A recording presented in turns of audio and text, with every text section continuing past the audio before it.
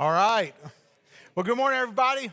My name's Jake. I'm the lead pastor here. I didn't introduce myself earlier, but if you're visiting for the first time, we're so glad that you're here and looking forward to our time together the rest of this morning. So last week, I watched the movie Air for the first time. And I really, really loved it. The movie is all about how Nike pursued Michael Jordan in order to sign him to a shoe deal. And I'm sure for many of y'all, that does not sound like a riveting plot for a movie. But like I said, I really enjoyed it. The reason why is because when I was younger, I was a huge fan of Michael Jordan. In fact, I wanted to be like Mike, as the famous Gatorade song goes. You know, I want to be like Mike. I won't sing the whole thing for you. I know you want me to, but I won't. But, in fact, the movie Air, it ends with the credits rolling with that song playing. I've told you all this before. Some of y'all know this already about me. But when I was younger, when I was in middle school, I was, like I said, a huge fan. I really wanted to be like Mike. I watched this documentary, and in it started off with kind of telling Michael Jordan's story when he was younger and how he got cut from the varsity team and all the things that he did in order to, make the team and to get better and eventually become the best NBA player ever. And so I watched that documentary and I thought, okay, if I want to be like Mike, I better start doing the things that Michael Jordan did when he was younger. And so I did. I started doing that, even some of the ridiculous things like Jordan would, according to the documentary, he would go to a playground and he would hang upside down on the monkey bars because he was trying to get taller. And he thought it would cause him to grow if he could just hang on the monkey bars. So I thought, well, I need to get taller. So I went and did what Jordan did, and I hung on the monkey bars upside down, and not just once, but multiple times. I'm not too embarrassed to share that with you. And then Jordan also, he would take his basketball with him wherever he went, even sleeping with it. And so that's what I began to do. I just carried my basketball all the time, dribbling all the time, sleeping with it in my bed. And then, of course, Michael Jordan, he just practiced nonstop. And so I just began practicing nonstop for a little while. But then it got tiresome, and I quit doing a lot of those things, and that's why I'm not in the NBA. I'm sure that's the only reason why I'm not in the NBA. But here's my point. When I was younger, when I was 12, 13 years old, it just rationally, it made sense to me that if I wanted to be like Mike, then I needed to start doing the things that Mike did.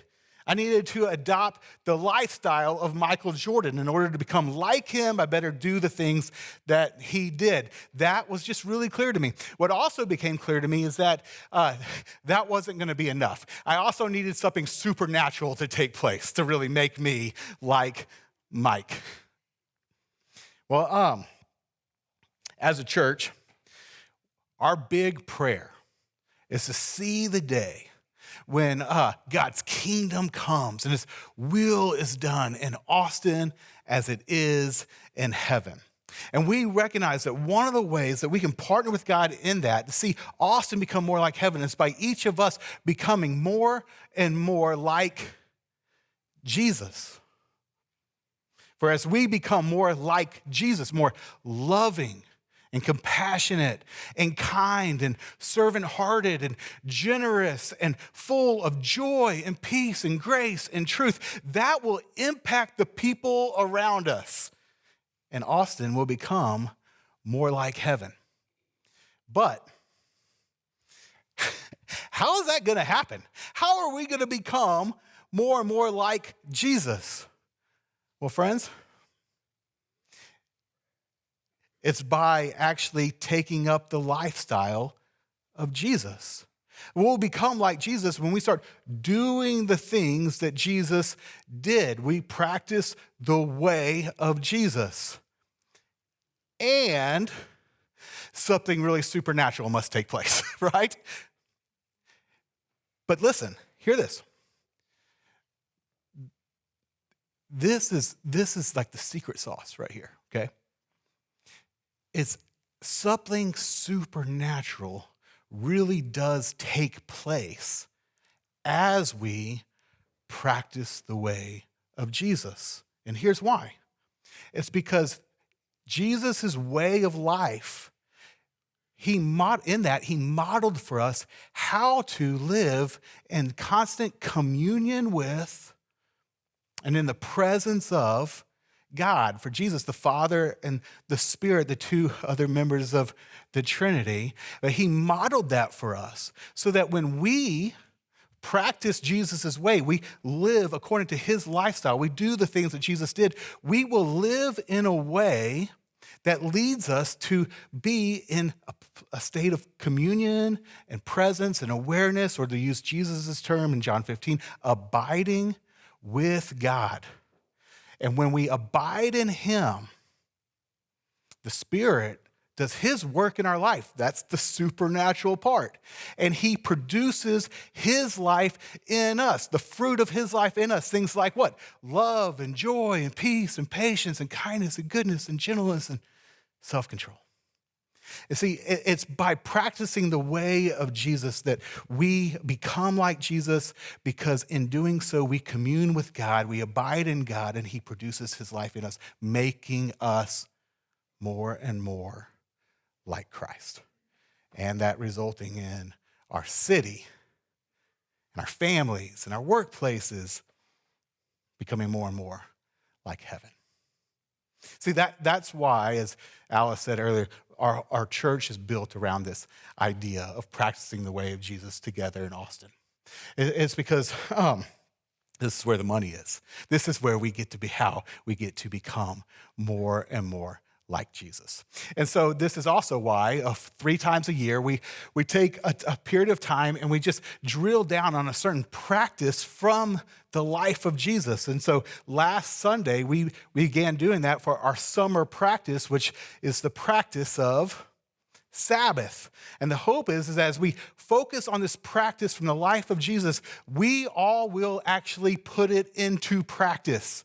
That the goal here isn't just so you to learn, oh, Jesus practiced Sabbath. Okay, that's interesting. Now I know that. No, it's for us to actually adopt that practice as our own, for us to do what Jesus did, to adopt his lifestyle as our own. And so the encouragement to y'all during this season, and for me as well, it's just to continue or to begin practicing Sabbath, okay? So Sabbath, said this last week, Sabbath is the Hebrew word, or we get the word Sabbath from the Hebrew word Shabbat, and it just literally means to stop or to cease or to be done, but it also carries with it the meaning to stop in order to rest and to delight and to worship. And so in this series on Sabbath, what we're doing is we're drilling down on each of those elements of the Sabbath 1 week at a time. So last week was on stop, and today we're focusing on rest. Perhaps Jesus' most famous, or at least one of his most famous invitations, is found in Matthew chapter 11, verses 28 through 30. There, Jesus says, "Come to me, all who are weary and burdened, and I will give you rest. Take my yoke upon you and learn from me, for I am gentle and humble in heart, and you will find rest for your souls. For my yoke is easy, and my burden is light." How awesome is that? I love Pastor Eugene Peterson's paraphrase of this, found in the Message, but he paraphrases Jesus' invitation here in Matthew 11 this way. He says, "Are you tired, worn out, burned out on religion? Come to me. Get away with me, and you'll recover your life. I'll show you how to take a real rest. Walk with me and work with me. Watch how I do it. Learn the unforced rhythms of grace. I won't lay anything heavy or ill-fitting on you. Keep company with me, and you'll learn to live freely and lightly." I love that. However you translate this Jesus' invitation here in Matthew 11, what's really clear is that his desire is to give us rest. And the way to enter into the rest that he offers is by learning from his way of life, staying in step with him, keeping company with him. For he's not out to just heap heavy burdens on us to make us do more and more and more. No, he's for our rest. Like, how beautiful is that that's God's heart towards us, that he's for our rest. But if you think about it, you think, okay, well, what does that actually look like? Like practically, what is this rest? Like what does that even mean? What is this? Get a little bit more practical. Well, I think what this looks like, at least in part, is that it looks like following Jesus into the practice of the Sabbath, actually practicing the Sabbath. Now, and I say that because the connection that Matthew makes between Jesus' invitation and where he goes next in the book of Matthew. See, if you take all of the headings and the chapter numbers and verse numbers out of the picture and you just were to read through Matthew just as he originally wrote it, because all those breaks and headings and all that stuff was added later, right? This is how it would read. It would read Jesus saying, "Take my yoke upon you and learn from me, for I am gentle and humble in heart, and you will find rest for your souls. For my yoke is easy and my burden is light." At that time, Jesus went through the grain fields on the Sabbath. It's a very strong connection, flow of thought there. If you keep reading through the next 13 verses in Matthew chapter 12, what you'll see is that there's two stories of things that took place on the Sabbath during Jesus' ministry. And you would see that the word Sabbath is actually repeated 8 times in those 14 verses, like keep it saying it over, like trying to draw a connection here. And you'll see that in those verses, Jesus makes the bold claim, strong claim, that he is the Lord of the Sabbath. See, I don't think any of that's a coincidence. I think Matthew, the biographer, writing on the life of Jesus, is trying to help us connect the dots really clearly between Jesus' offer of rest and the Sabbath. But you might think, okay, well, what exactly is the connection? Trying to get us to connect those dots, but where is the connection? Just simply that if we follow Jesus, then we'll take one day a week to rest?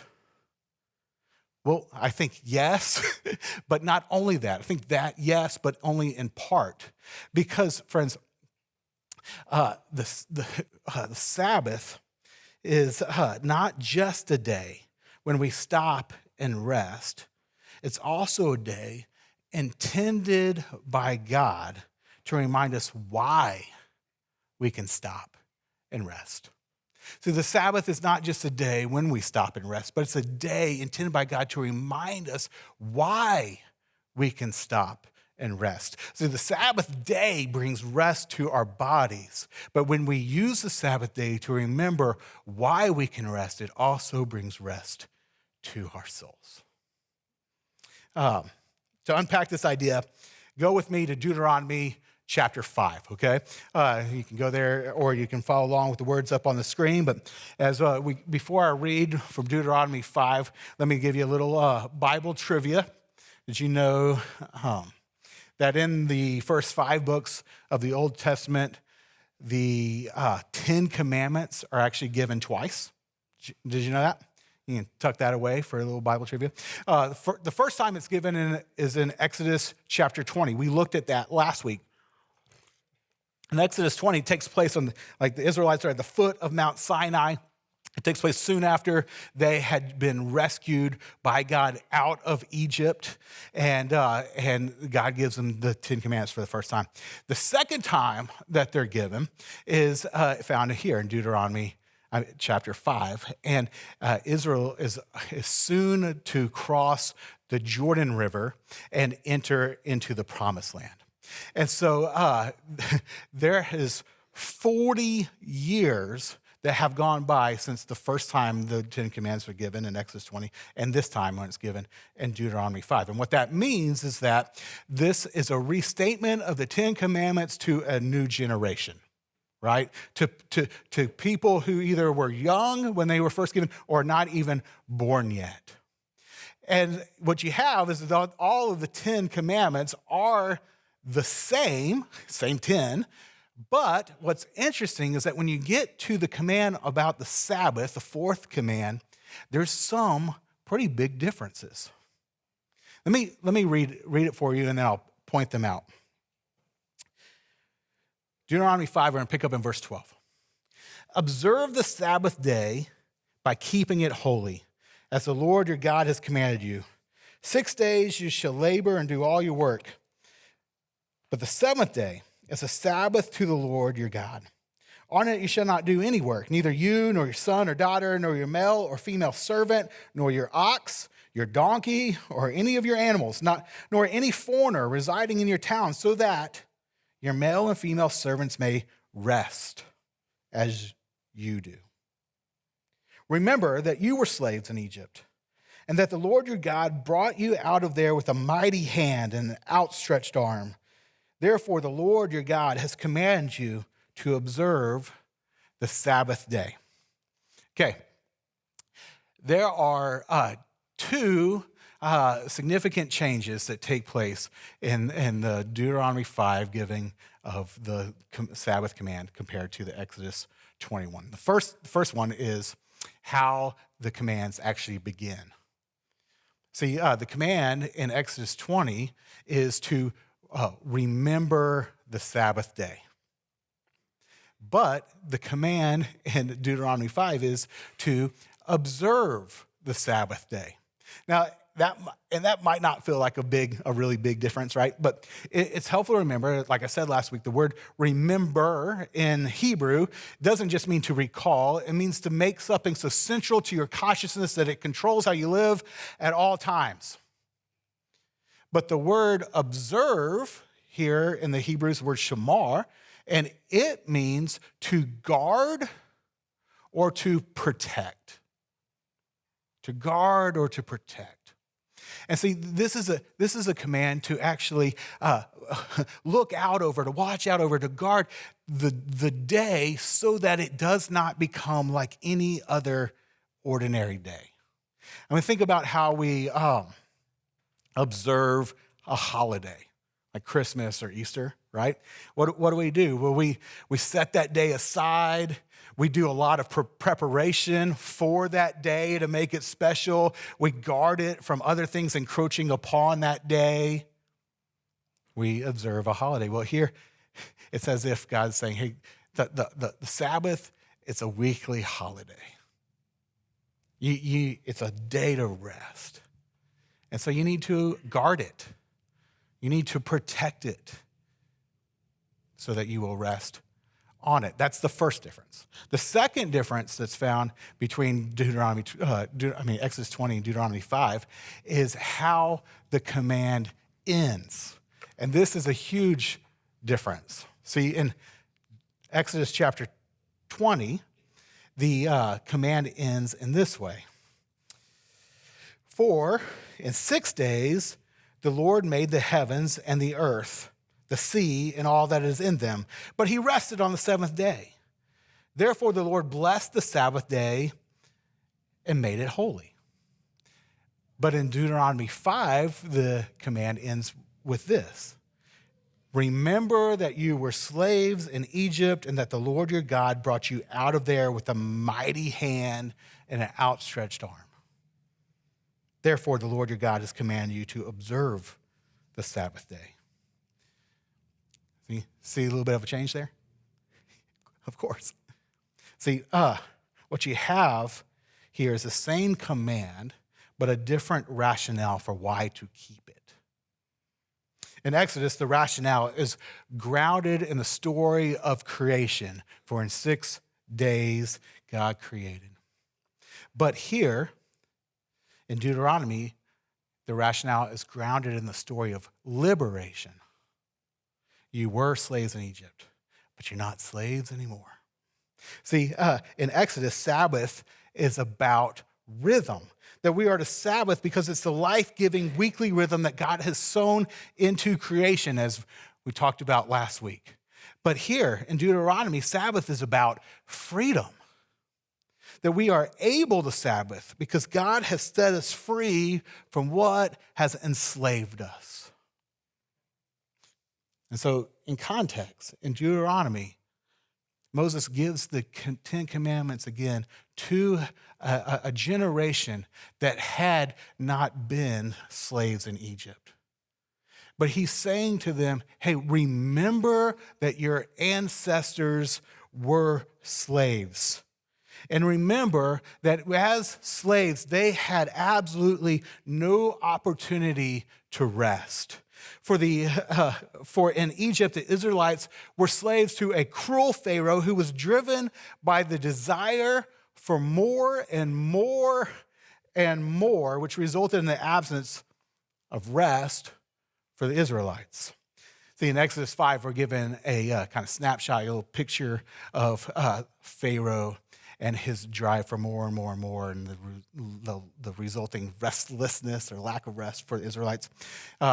Just to read a few of the things that he says in Exodus 5 for us. He says, why are you taking the people away from their labor? Get back to your work. Or make the work harder for the people so that they keep working. Or Pharaoh said, lazy, that's what you are, lazy. That is why you keep saying, let us go and sacrifice to the Lord. Now get to work. You will not be given any straw, yet you must produce your full quota of bricks. Get the picture here? Pharaoh was a cruel king. No matter how hard the Hebrews worked, it was never enough. They lived under the oppressive yoke of the daily quota. More. Why? Well, because Pharaoh was driven to build a name for himself, and according to Exodus 1, wanted the Israelites to help him build supply cities to store all of the king's extra stuff. See, Pharaoh's desire for more and more and more resulted in no rest for the Israelite slaves. They were forced to work all day, every day, until they died. But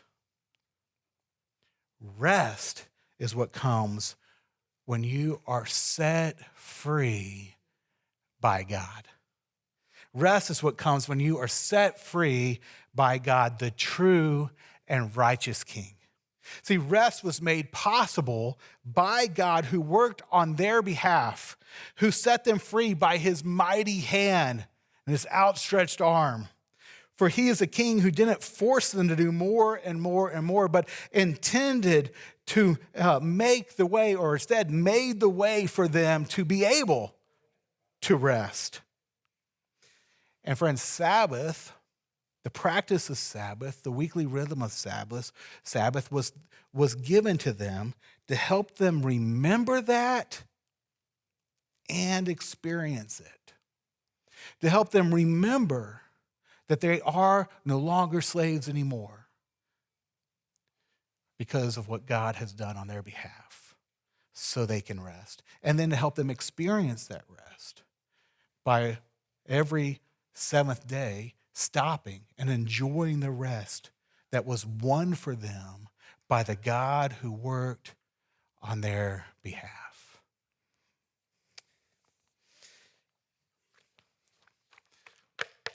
Good for Israel, right? I mean, what does that have to do with any of us? Is that what you're thinking? Like, that's great. I'm glad that they got to do that. No, I tell you all that because, friends, just as the Israelites needed the weekly reminder that they had been set free by God and the weekly joy of actually experiencing a taste of that freedom by resting on the Sabbath, friends, we need that too. We need that too. See, in the literary design of the Bible, Egypt is an archetype, similar to how to Babylon as well, if you're familiar with Scripture. And of course, I mean, Egypt was a real empire, absolutely, we know that. But it was also symbolic of all empires down through time. For example, what's on the back of our $1 bill? a pyramid, right? A pyramid. Why a pyramid? Because, well, a pyramid is a symbol of empire. Now, on the $1 bill, it's a pyramid that has 13 levels to it, 13 being representative of the 13 colonies. But between the top of the pyramid, there's a break. It's unfinished, which symbolizes America's desire for more, to accumulate more, to accomplish more. See, Egypt and modern America are both nations marked by an insatiable and often unchecked desire for more. And as a result of that desire, we hardly ever stop. Do you know that on average, Americans work more than any other nation in the world? And let me just be real clear. That's not a brag. That's not a good thing, okay? In Japan, there's actually a word that they have for death by overwork. It's the word karoshi, which I'm sure I just completely butchered. But they have a word for death by overwork. We don't have such a word, and yet in America, on average, we work 137 more hours per year than those in Japan. We work 260 more hours per year than the Brits, and we work 499 more hours per year than the French. And so we should all move there because that sounds awesome. So we work and work and work. We work more than anyone else. And also, we have more than we have ever had before. Okay? And so conservative estimates say that we now spend 2 to 4 times more on goods and services than our ancestors did back in 1945. Our homes are 3 times larger and full of more than twice as many things. The average home in America has over 300,000 items in it. Average home in America. Here in the U.S., we don't have supply cities like in Egypt, but we do have 2.3 billion square feet of self-storage space, which shakes out to be about 7.3 square feet for every person in our nation. But in spite of all of that, we're unhappier than ever before. Sociologists tell us that the happiness levels in the West hit a peak in the 1950s and have been in decline ever since. So just to sum all that up, we work more than ever before, we have more than ever before, and we are unhappier than we were. But we keep living that way. We keep doing it. Why is that? Well, it's because, friends, at least in part, it's because we have been formed by the culture that we live in. That as a church, we're trying to help each other be formed by the life of Jesus, by practicing his ways. But the reality is, just by simply waking up in the morning and going about our days, we are under the formational forces of our world and our culture, and it has an effect on us. And we have been formed to live this kind of way. We've been taught to believe that we have to work those extra hours to get ahead, to reach a standard of living, to be happy, that we have to own X number of shoes or X amount of square feet. But friends, that is no way to live. To quote an old song to you, that's a bittersweet symphony, that life. Trying to make ends meet. You're a slave to the money, and then you die. But friends, what if as followers of Jesus, we lived in light of the reality that we have been set free, that we do not need to live as slaves to the dollar or to the culture or even to our own inner desires for more and more and more. What if we actually believed what Jesus told us in Matthew chapter 6, when he says, hey, you don't need to worry about your life, what you'll eat or what you'll drink or what you will wear. And he tells us we don't have to worry because the Father loves us, that we are valuable in his eyes, that we matter much to him, and therefore he knows what we need, and therefore because of that we can seek first his kingdom and his righteousness instead of chasing after all this other stuff. And in doing so, as we seek first his kingdom, we live according to him, the true king. And what does the true king say to us? He says, I want you to rest. What if we live that way? See, friends, Sabbath is a practice that helps us remember that we do not need to live as slaves to the dollar or to our culture. By practicing the Sabbath, it's a way to break our addiction to the twin gods of the West, the gods of accomplishment and accumulation. Not that accomplishment and accumulation are always evil or wrong. There's some good there, but hey, there is a limit, is there not?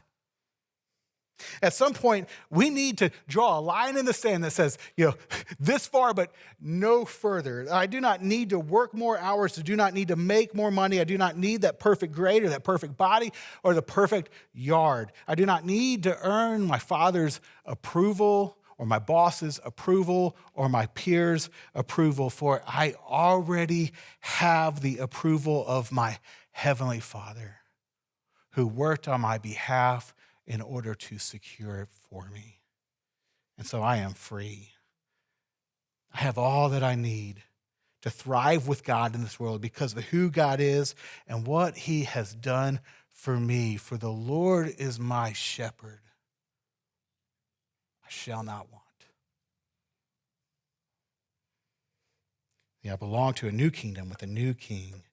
So I do not need to live as a slave. I am free to rest. Now, if we're going to live that way, friends, just to point this out, it means that in order to actually practice Sabbath and to enjoy the freedom that we have in Christ, we're going to have to resist the forces that keep us from rest. For though we have been set free, we still live in a world that seeks to enslave us. The culture all around us is a Sabbathless, rhythmless, hollow out your soul kind of culture. And so the Sabbath, it's going to require intentionality and preparation and a resolute determination to go against the flow of our cultural tide. We're going to have to live differently. We're going to have to observe the Sabbath. We're going to have to guard it and protect it. And to rest, we're going to have to resist the internal dynamics of restlessness and our own fallen hearts as well. Those desires within us that have the power to enslave us. Things like greed and envy and discontentment and anxiety and pride and addiction and on and on. But friends, this is why we are wise to observe the Sabbath.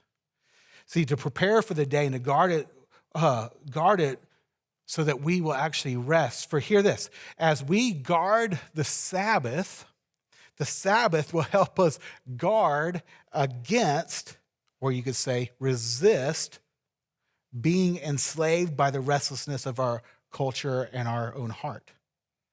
That's driven by that desire for more and more and more. For as we observe the Sabbath, we will be reminded weekly that we are not slaves.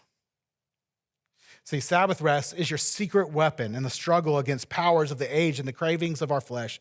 And so as we take a day to remember what God has done for us and to recognize that in him we have enough, we will find rest, not just for our body, but also for our souls. Practically speaking, personally, one of the things that this looks like for me on the Sabbath is that I try to avoid doing things that make me want more and more on the Sabbath day. I'll actually refuse to shop on the Sabbath, which granted, not really hard for me, not the Sabbath. I'm not much of a shopper, I let Krista pick out all my clothes and do all that stuff. But there are things you do that you kind of awakens you to wanting more, things that you don't have and that kind of stuff. And I just try to avoid doing those things. And instead, on the Sabbath, I intentionally take time to just practice gratitude. To give thanks to God for the good gifts that he's given me, to do, to take time to acknowledge that he's the good Father who provides what I need and to so much more than that as well. And in doing so, friends, it's done wonders for my soul. As I shared last week, the practice of Sabbath has been so good for me. And this part especially, just to say no to the desire for more and more and more and to not be enslaved, but to remember what I've been given by God and the rest that he's provided me and to be thankful for those good gifts. It's led to me growing in gratitude, thankfulness, peace, growing in being content and at rest. And friends, I think as you practice the way of Jesus as well, in this way, it will have the same effect on you too. So, I want to call all of you this morning to remember, you're not a slave. God is your king, and he's nothing like Pharaoh. He's a Sabbath-keeping, Sabbath-commanding, rest-inviting God. That Jesus is the Lord of the Sabbath, and he's offering you rest for your souls. And I hope you'll take him up on it and resist the pull of the world and our flesh to run after more and more and more so that you can enter into the rest that he's secured for us. Toward that end, every week during this series, and hopefully it will last beyond this series, but every week the practical application here is for you to practice Sabbath, to take a day this week and to actually Sabbath. And on that day, to reflect on why we're able to do that because of what God has done for us.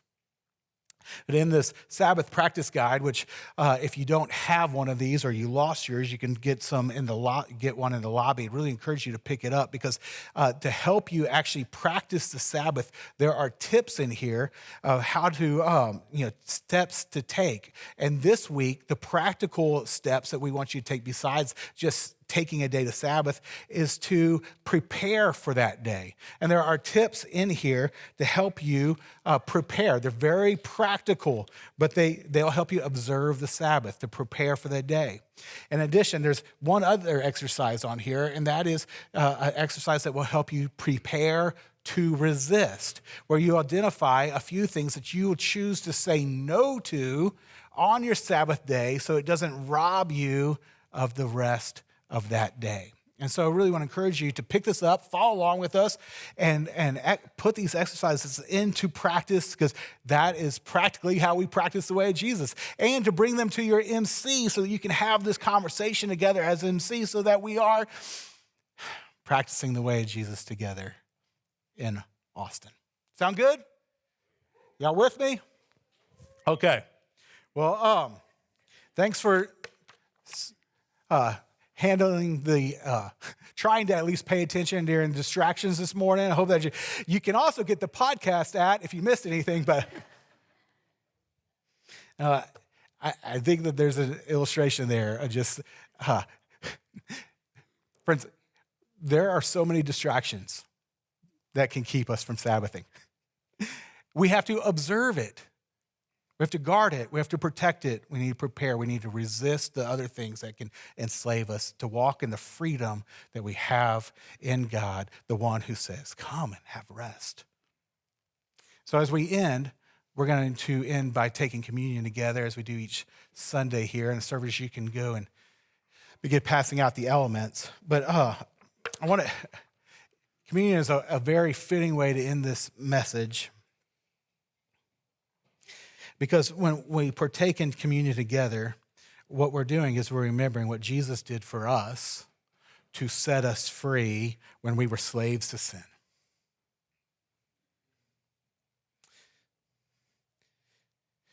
That in communion, what we are doing is we are remembering how on the cross Jesus died so that we could be set free.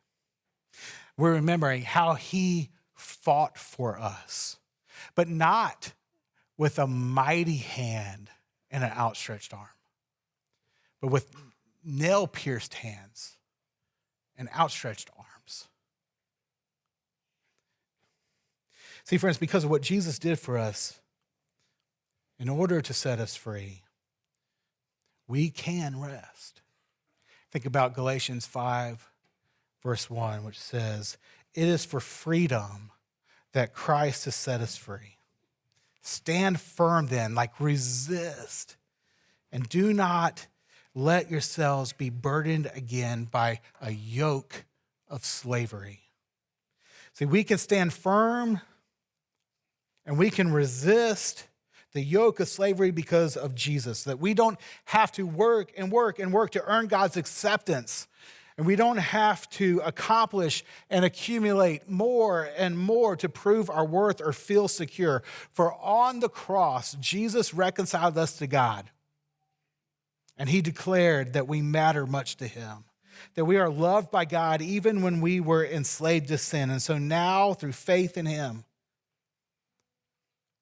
we can enter into the freedom and the life and the rest that he has secured for us through his victory over sin and death. See, friends, it's because of Jesus we're not slaves anymore. We've been set free so we can rest. And so as we take communion together in a minute, let us remember that and rejoice in it. See, it's because of what Christ did on the cross that we're all invited to come to him. All of us who are burdened and weary.